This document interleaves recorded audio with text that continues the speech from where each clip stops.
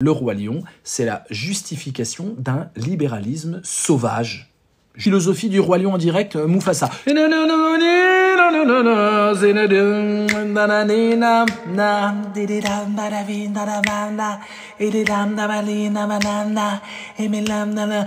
Au matin de ta vie sur la planète, ébloui par le dieu soleil. Alors elle y est pas cette chanson. Le roi lion. C'est l'histoire de la monarchie. Les plus forts sont au sommet. Les prédateurs ont le droit de bouffer ta sœur. Ce que nous vend Disney, c'est d'abord fondamentalement quelque chose de monarchique. Alors là, ils sont sortis un peu de là. Pour Mufasa, ils nous ont fait une sorte de démocratie qui se monarchise. Bon. Mais c'est surtout les lions, les prédateurs, voilà, les mâles alpha, les lions qui dominent. Et c'est présenté comme étant l'harmonie, le cycle de la vie. Les prédateurs sont au sommet d'une hiérarchie et les animaux qui sont leurs proies les saluent. C'est quand même hallucinant, les amis. Vous avez des zèbres qui se font bouffer par les lions, hein, je vous le rappelle, hein, qui sont là. Il y a le lion qui apparaît et les zèbres font la courbette. Ils sont là. Les éléphants, les girafes, alors que franchement, quand vous traînez sur TikTok et que vous regardez la vie animale, les zèbres, les girafes, ils se finissent mais découpés en rondelles. C'est d'une bestialité absolue, la nature, on est d'accord, hein. Oui, mais quand ils unissent leurs forces, ils sont meilleurs que les lions. Ah oui, mais là, ils vont... Je spoil, hein, les amis, je suis un bâtard, hein, je spoil complètement. Là, ils vont unir leurs forces pour sauver les lions. Donc, t'as les zèbres qui se disent « Mais oui, mais c'est vrai, ça, il faut sauver les lions. » Mufasa est un lion qui vient du peuple, on va dire, allez, hein, un paria, voilà, il est pas de sang royal. Le sang royal est très important. Et ça peut se sentir... Oh, sang royal, hein, on sent le sang royal. Ça sent bon, ça sent Hermès. Dès que ça sent Hermès, sang royal. Dior ou Hermès. Il est du peuple, mais il va être anobli. Et il va être anobli par quoi? À votre avis, ce fameux cycle de la vie, c'est juste de l'idéologie. On a affaire à un ordre, le cycle de la vie, qui justifie la suprématie de l'harmonie créée par les plus forts. Ils appellent pas ça un système de prédation organisé et hiérarchique, ils appellent ça le cycle de la vie. C'est vraiment le capitalisme qui cherche à se moraliser, on ne peut pas faire mieux. Et d'ailleurs, le roi lion est apparu en plein boom du capitalisme version néolibérale. C'est pas là. Alors, il y a l'adoption, Eva, c'est pas mal vu, hein, mais pour l'anoblir, parce qu'il se fait adopter par une famille qui est, dont le père est le roi. Et le père a un enfant héritier normal, hein, qui s'appelle Taka. Okay, et donc, du coup, c'est Taka, le futur héritier. L'autre, c'est le peuple. L'héritier meurt. Et oui, là. Alors, normalement, Eva, l'héritier meurt et par amour, on pourrait... Non, il meurt pas. Il meurt pas puisque ça devient Scar, qui est l'antagoniste du premier épisode. Mais vu que là, c'est un préquel, on est à l'épisode 0, tu vois. Et après, il y a l'épisode 1. Le cycle éternel, les amis. D'un enfant béni. D'un enfant béni. Donc là, vous voyez la figure christique du roi lion. Vous savez que le Christ et le lion, c'était aux premiers âges du christianisme associés, comme le poisson d'ailleurs. Hein. Le lion, le Christ, hein. Le roi lion, c'est une figure christique, tout simplement. C'est l'élu, c'est celui qui garantit l'harmonie. Et donc, Mufasa, pour être anobli, parce que vous n'avez pas trouvé, hein, je vous ai dit qu'est-ce qui permet d'anoblir, mais personne n'a trouvé. Donc Mufasa va juste jouer à Jésus-Christ. Hein. C'est en jouant Jésus-Christ, donc je te protège, je suis là, j'écoute les autres, je suis. Hein, c'est en étant Jésus-Christ version lion qu'il va pouvoir être anobli. Hein, il sauve l'ordre, exactement. Il faut qu'on soit héroïque pour devenir noble. C'est un peu ça l'idée. Et donc il y a vraiment une question de courage. Et Taka, hélas, donc son frère adoptif, l'héritier normal. Ça va, vous comprenez, hein? Il y a Mufasa qui est un petit lionceau adopté. Il rencontre une famille de lions avec le roi. Et Obasi, c'est le nom du roi. Et Taka est le fils du roi. Et donc, le fils Taka et Mufasa vont devenir amis, frères. Ils vont fraterniser. Sauf que normalement, c'est Taka qui doit reprendre le pouvoir. Mais comme celui qui a plus la gueule de Jésus-Christ, c'est Mufasa, qui d'ailleurs flaire mieux, les choses. Alors, ce qui est très intéressant, et là par contre c'est hyper woke, attendez-vous, ça décroche, hein, c'est très intéressant. Ce qui est très intéressant, c'est que pourquoi Mufasa a développé ses talents, c'est pas par le sang, puisque c'est la piétaille, hein, c'est parce qu'il a été éduqué par la mère de Taka. Parce que le roi lion de cette tribu, Obasi, ce roi lion dit « Je vais m'occuper de Taka, mon fils légitime, pour lui apprendre la royauté. » Et là, vous avez vraiment l'idée que l'enfant masculin doit aller au contact de son père pour apprendre les codes de la masculinité, bien sûr toxique. Parce qu'il n'y a pas d'autre code de la masculinité, si ce n'est toxique. Et du coup, ça c'est intéressant, c'est-à-dire que les super capacités, je parle sous le contrôle de Mehdi, hein, qui a vu le film avec moi, les super capacités de Mufasa viennent du fait qu'il a été à l'école de la mère et pas à l'école du père. Et alors, il présente ça comme un bannissement, genre, toi, t'es pas un roi, dégage. Mais en fait, il va apprendre à ressentir les émotions. Vive les mamans, exactement. J'allais le dire, Lina Cespedes. J'allais le dire. Hein. Tu me ôtes le pain de la bouche. L'idée, c'est ça, c'est que au contact d'une mère, le petit lionceau va apprendre à écouter ses émotions, à flairer le vent, à détecter ce qu'il y a à des kilomètres loin. Voilà. Il va se connecter à son corps, il va se connecter à la fragilité de son corps pour pouvoir développer sa sensibilité. Et c'est ce qui va le rendre Jésus-Christ. Et ça, c'est beau quand même. Il est évident qu'on ne devient pas Jésus-Christ au contact de son père, les amis. Vous êtes d'accord, hein? C'est pas parce que vous avez un contact poussé avec votre père que vous allez devenir Jésus-Christ. Alors votre mère, c'est pas joué d'avance, hein, c'est pas joué d'avance. Il faut que votre mère voie le Jésus-Christ en vous. C'est pas évident. Je sais pas, Lina, si t'as vu le Jésus-Christ en moi. Ah, c'est rigolo. Ce live est marrant. Donc le règne de Mufasa ou le règne du roi lion, c'est toujours une tyrannie déguisée. Hein, donc ça, c'est l'arnaque Disney. À part cette petite parenthèse, et puis des choses un peu ambiguës sur les vagabonds. Les vagabonds sont présentés comme le mal absolu, donc ça c'est très trumpien, hein. Les étrangers, les vagabonds sont méchants, mais comme il y a pas mal de marginaux qui sont vagabonds, puisqu'en fait Mufasa va être exclu, Taka aussi, ils vont chercher leur chemin, ils vont rencontrer une lionne, il y a le singe, vous savez, le mandrill là avec son bâton, Rafiki, donc tout cela c'est un peu des vagabonds. Donc ils présentent des vagabonds comme étant très dangereux, ayant eu le cœur brisé, donc pouvant être très violents. Mais eux sont les gentils. Mais c'est vraiment le truc le plus subversif et de gauche, c'est vraiment l'idée de va pas voir ton père, va voir ta mère si tu veux être noble, quoi. Et Dieu le Père dans l'histoire. Bah, c'est Jésus-Christ, donc c'est, voilà, je vais pas te faire un cours de catéchisme. Encore faut-il que les mères soient des vraies mères. Encore faut-il que les mères soient des mamans. Et oui, à un moment, Mehdi est mort de rire parce qu'on a vraiment philosophé sur la girafe comme jamais. Ah oui, on philosophe sur les animaux après, hein. Donc, on a philosophé sur la girafe. L'idée, c'est quoi? C'est qu'à un moment, le Mufasa essaie de dire à tous les animaux de la jungle, suivez-moi pour un ordre juste, un ordre bien, ça va être bien. Le mec, c'est juste le prédateur, mais c'est pas grave, il y a des prédateurs plus méchants. Donc, je vais vous croquer, mais je vais vous croquer moralement. Il y aura un cadre légal pour vous croquer. Hein. C'est vraiment le capitalisme qui dit, oh, il y a la barbarie, alors que lui-même est barbare. Mais nous, on est barbare, mais sous contrat, et on sent bon. L'aftershave, les amis. Donc, et du coup, les animaux, ils hésitent. Hein. Pourquoi on suivrait Mufasa, qui est quand même un lion, et pas les autres là qui arrivent, qui sont aussi des lions. Le peuple est pris entre des lions et des lions. En fait, il faut choisir entre lion et lion. Hein. Et là, tout d'un coup, il y a une girafe qui est là, qui écoute Mufasa, la grande plaidoirie, et qui dit « Il a raison, allons-y !» Et là, il y a toute la jungle qui va. En 2 secondes, tous les animaux de la savane suivent Mufasa parce que Madame la girafe a décrété que il a raison, le gars. Ça, c'est comme dans un bar, hein, un PMU, il y a un mec qui fait un discours, venez, on fait la manif et tout, on n'est pas chaud, mais venez, faut faire la manif. Et là, il y a une girafe dans le PMU, une girafe qui dit, il a raison, on y va. Et là, il y a tout le monde qui y va. Hein.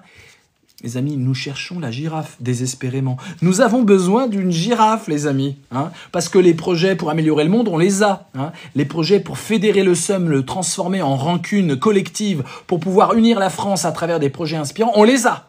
Mais il nous manque une girafe. Qui parmi nous peut faire la girafe? Ouais, ils ont raison, eux. Allez-y, les gars. Hein? Si c'était aussi simple. Lisa est notre girafe. J'adore. Bel emoji, Mehdi. Merci. Donc, il n'est pas question des hyènes. Pas du tout. Par contre, il est question du mythe du mérite, les amis. Le mérite. Cette fameuse bonne, vieille, fake méritocratie. Vous savez? On enfume tout le monde avec ça. Le film glorifie l'ascension de Mufasa comme l'histoire d'un lion qui, malgré son statut de paria, va gagner sa place au sommet grâce à sa bravoure, grâce à sa résilience. Évidemment, cette vision méritocratique est une pure illusion. Mufasa n'est accepté comme roi que parce qu'il incarne les attributs idéaux de la noblesse, c'est-à-dire la force physique, il est plus costaud que l'autre, le charisme, il n'y arrête pas de dire « je suis là, t'inquiète pas, machin », et l'attachement à l'ordre établi. Il y a des règles, il faut les respecter. Voilà. Donc ceux qui n'entrent pas dans ce cadre, les faibles, les différents, les rebelles, ils sont exclus d'emblée. Donc le film aurait pu interroger ce biais culturel en montrant que le mérite, par exemple, n'est souvent qu'un masque pour préserver les privilèges de ceux qui sont déjà en position de force, mais le film n'en fait rien. D'accord ? Donc en fait, l'ordre est naturel, le cycle de la vie c'est naturel, et on n'interroge pas du tout cette idée que quand tu corresponds aux attributs décrétés par les lions de ce que doit être la noblesse, en fait t'es noble et tu mérites d'être roi. Alors, je vous ai parlé du cycle de la vie et le Saint-Esprit. C'est le cycle de la vie, le Saint-Esprit. On a une figure christique, c'est Mufasa, et le Saint-Esprit, c'est le cycle de la vie. C'est le cycle... La ronde éternelle. D'ailleurs, il est question d'éternité tout le temps, mes amis. Le paradis, Milélé. Milélé, c'est le paradis, donc une terre verdoyante avec plein de gibier à bouffer dans des gerbes de sang atroces. Pour eux, c'est le paradis. Et Milélé, c'est l'éternité. En swahili, l'éternité, c'est la notion d'éternité. Donc le paradis, c'est l'éternité. Vous voyez, on est dans du christianisme, voilà. La patate festive, exactement. Il y a un facochère sympathique également, il me semble, dans Le Roi Lion. Alors ça, c'est le premier épisode. Ça, c'est les prolos, quoi. C'est les prolos, c'est comme ça qu'on voyait les gilets jaunes, vous savez, ils sentent des pieds, tout ça, sur les plateaux télévisés, tu vois. Ils sont rigolos, mais bon, voilà, ils vont évidemment pas être rois. Moi, j'aurais rêvé d'un roi lion où le facochère devient roi. Alors ça, vous êtes évidemment... Non, parce qu'il correspond pas au charisme, à la force, à la beauté, à la prestance, à la santé, à la... Voilà. C'est clairement ça. Donc, le cycle de la vie, c'est une idéologie conservatrice, le Saint-Esprit. C'est un mantra dans la saga. Voilà, là, vraiment, on n'arrête pas d'en parler. C'est vraiment quelqu'un, on a envie de boire un pot avec lui. Salut, cycle de la vie, on boit une bière, quoi. Donc, c'est une vérité universelle, harmonieuse, mais en réalité, évidemment, il justifie une harmonie rigide, où chacun doit accepter son rôle, même celui du dominé. Voilà, donc c'est une philosophie qui en fait empêche tout changement structurel ou toute remise en question. On ne questionne pas le cycle de la vie, sinon c'est qu'on n'est plus dans la vie. Donc c'est un truc inquestionnable comme jamais j'ai vu ça dans un Walt Disney. Dans Walt Disney, normalement, tout est un peu questionnable, on a fait une crise d'adolescent, on est rebelle, on dit... Mais là, le cycle de la vie, c'est une sorte de chape de plomb qui se pose. Pourquoi les lions devraient-ils toujours régner ? Pourquoi les hyènes devraient-elles toujours être reléguées à la périphérie ? Le cycle de la vie, c'est donc un outil idéologique pour maintenir le statu quo. Ça écrase toute velléité de révolte ou d'émancipation. Il n'y a plus la notion d'émancipation à travers ça, et c'est une véritable catastrophe. Alors évidemment, c'est super bien réalisé, il y a des scènes d'action, il y a de la flotte, il y a des avalanches, il y a des machins, enfin bon, c'est un Walt Disney, quoi, on en a plein les yeux, la musique est vraiment très sympathique, c'est un peu toujours la même, elle est mal mixée en français comme d'habitude, les musiques Walt Disney sont toutes mal mixées en français, je sais pas pourquoi, on n'entend pas les voix, on entend l'orchestration, mais pas les voix, je comprends pas, c'est mystérieux. Cette fameuse harmonie qui règne, elle est fondée sur quoi ? Dites-moi, dites-le moi, je vous quiz là. Quelle est la base de tout cet ordre ? Cet ordre est fondé sur quelle base ? Au nom du cycle de la vie. J'ai le droit de le faire, c'est le cycle de la vie. Sur la loi du plus fort, Noam, bravo, un point de légende pour Noam, Lisa. Un point de légende pour Noam. Sur la violence. Sur la violence. Les forts doivent vivre au détriment des faibles. Oui, ça s'appelle la violence, c'est la définition même de la violence. Donc voilà, c'est la violence, c'est la base de tout, les amis, dans cet univers. Les lions règnent par la force et certainement pas par le consentement. Et là où c'est hyper ambigu, c'est que dès le début du Roi Lion, rappelez-vous, le premier épisode, on les voit tous se soumettre et on a l'impression que c'est un consentement. Les amis, on est en plein débat sur le consentement avec l'affaire des procès Mazan, l'affaire Pellico. Là, le consentement, en fait, ils ont l'air de tous consentir, mais ils peuvent pas consentir. Ils consentent à la violence. Est-ce qu'on peut consentir à la violence qu'on va subir, les amis ?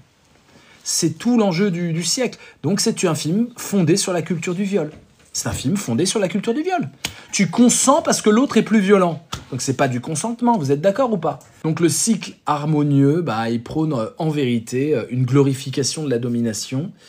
Les plus puissants se réservent les ressources et le droit de vie et de mort sur les autres. Voilà. C'est une exploration de la violence latente qui manque à ce film parce qu'en fait on n'analyse pas du tout la violence. On voit pas d'ailleurs un seul lion chassé. On voit pas un lion qui a un zèbre dans la gueule. Ça serait complètement hallucinant. En fait, les lions passent leur temps à ne pas manger. À l'épisode numéro 1, le lion, Simba qui était un peu loin des siens, mangeait des insectes. Ils avaient trouvé ce truc-là. Parce que c'est compliqué quand t'es carnivore de dire il y a un bon ordre. En fait, donc, il s'était converti à un régime insectivore. Pourquoi pas? C'est peut-être ce qui va nous arriver bientôt. Voilà. Mais là, il mange même plus d'insectes. Il ne mange pas pendant tout le film. Vous avez un film de petit à lion jeune adulte. Il ne mange aucune fois. Il n'y a même pas la chasse. Il n'y a même pas un cours de chasse, alors que ça fait partie quand même de ce que c'est un lion. Et donc la question est vite réglée. Le cycle de la vie, on ne voit pas les cadavres. C'est exactement le capitalisme. Quand vous êtes vieux, usé par un métier qui vous a détruit la vie, détruit le cœur, détruit le corps, on ne vous voit pas crever. On ne voit pas le mec qui n'arrive plus à fermer ses mains parce qu'il a bossé comme un malade. Les morts du travail, on ne les voit pas. On n'a pas un décompte de tous les morts du travail. Je crois que c'est tous les 2 jours, il y a un mort. On n'a pas ça au JT. On invisibilise la mort des faibles, des pauvres, la mort des exploités, la mort des travailleurs, là, totalement invisibilisé. Donc on est en plein roi lion. Le roi lion, c'est la justification d'un libéralisme sauvage. Justification. Je vous rappelle que c'est le titre de mon 2e livre, La cerise sur le béton, violence urbaine et libéralisme sauvage. 2002 chez Flammarion. 2002, les amis. 22 ans. Les seuls carnivores qui sont devenus herbivores, vous les connaissez ou pas? Est-ce que vous connaissez un animal qui a tout le métabolisme d'un carnivore et qui est devenu herbivore? Est-ce que ça vous parle? C'est un point de légende, là, si vous trouvez. Les pandas, bravo Lisa, un point de légende pour toi. Les pandas, les amis, c'est un carnivore qui a renoncé au fait d'être carnivore et qui est devenu herbivore. Et donc, du coup, toute sa journée, il la dépend. Il n'a pas 1 heure de son temps où il peut faire autre chose. Il doit manger du bambou toute la journée, les amis. C'est une catastrophe. Ils sont mignons, Je ne dis pas qu'ils ne sont pas mignons. La tragédie personnelle du personnage aurait vraiment gagné en profondeur si le film avait osé montrer le coup psychologique de ce rôle. Il passe son temps à penser aux autres, à s'épuiser à penser aux autres. Et en fait, tout va bien, il est là, frais, Il n'y a aucune sorte de réflexion à ce niveau-là. Il y a une révolution qui est évidemment impossible là-dedans. Nous, on préfère Scar. Il est là, c'est Taka, j'en ai parlé. Mais Scar, on va en parler, Scar. Scar, c'est l'incel. Vous savez, c'est celui qui a envie de sortir avec une fille mais qu'ose pas. Parce que le courage de la rencontre, il ne l'a pas. Il ne l'a pas parce qu'il a été éduqué par son père. Et le père n'éduque pas trop à la rencontre de l'autre, à l'écoute de l'autre. Dans ce film, c'est la mère. Et du coup, il est amputé. En fait, il est amputé d'être le fils du roi. Il est amputé d'être le fils du roi, de ne pas avoir été, il le dit explicitement, de ne pas avoir été à l'école de la mère. Alors que Mufasa était à l'école de la maman. Ils auraient pu poser une question beaucoup plus radicale dans ce film. Et si l'harmonie de la savane n'était qu'une illusion? Et si une révolution, une redistribution des ressources et une remise en question de la hiérarchie était nécessaire? Et ça, c'est jamais abordé. Plutôt que de glorifier une sorte de retour au statu quo, le film aurait pu interroger ce que signifiait une véritable justice sociale dans cet univers. Mais évidemment, ce type de réflexion subversive, c'est incompatible avec l'objectif de Walt Disney, tout simplement, c'est-à-dire maintenir une nostalgie confortable et un ordre moral rassurant. C'est une œuvre conservatrice, c'est un conte qui refuse de se confronter aux contradictions de son propre univers. Et on attend, et je le dis pour les équipes Disney, quand vous faites un numéro 2 ou un préquel, on attend à ce que vous interrogiez les vérités sombres de votre propre univers. C'est ça qu'on attend. Que ça soit dans Star Wars, que ça soit dans Le Roi Lion ou n'importe quoi, Disney, on attend que vous alliez dans les endroits de votre univers où il y a vraiment des problématiques philosophiques, des paradoxes, des contradictions, et pas une sorte de nostalgie en disant c'est bien comme ça, vraiment. Donc, vous auriez pu faire une tragédie absolument magnifique. Hein. Tout était là. Hein. C'est du 3.1. Voilà, c'est du 3.1 sur 5. Franchement, ça se regarde. Hein. Vraiment, c'est passionnant. C'est bien animé. C'est de l'action. Et bien sûr, si ce contenu vous intéresse, en fait, vous likez, vous commentez, vous vous abonnez à ma chaîne et vous nous rejoignez sur les lives TikTok, Instagram, 22 h. Ciao les amis!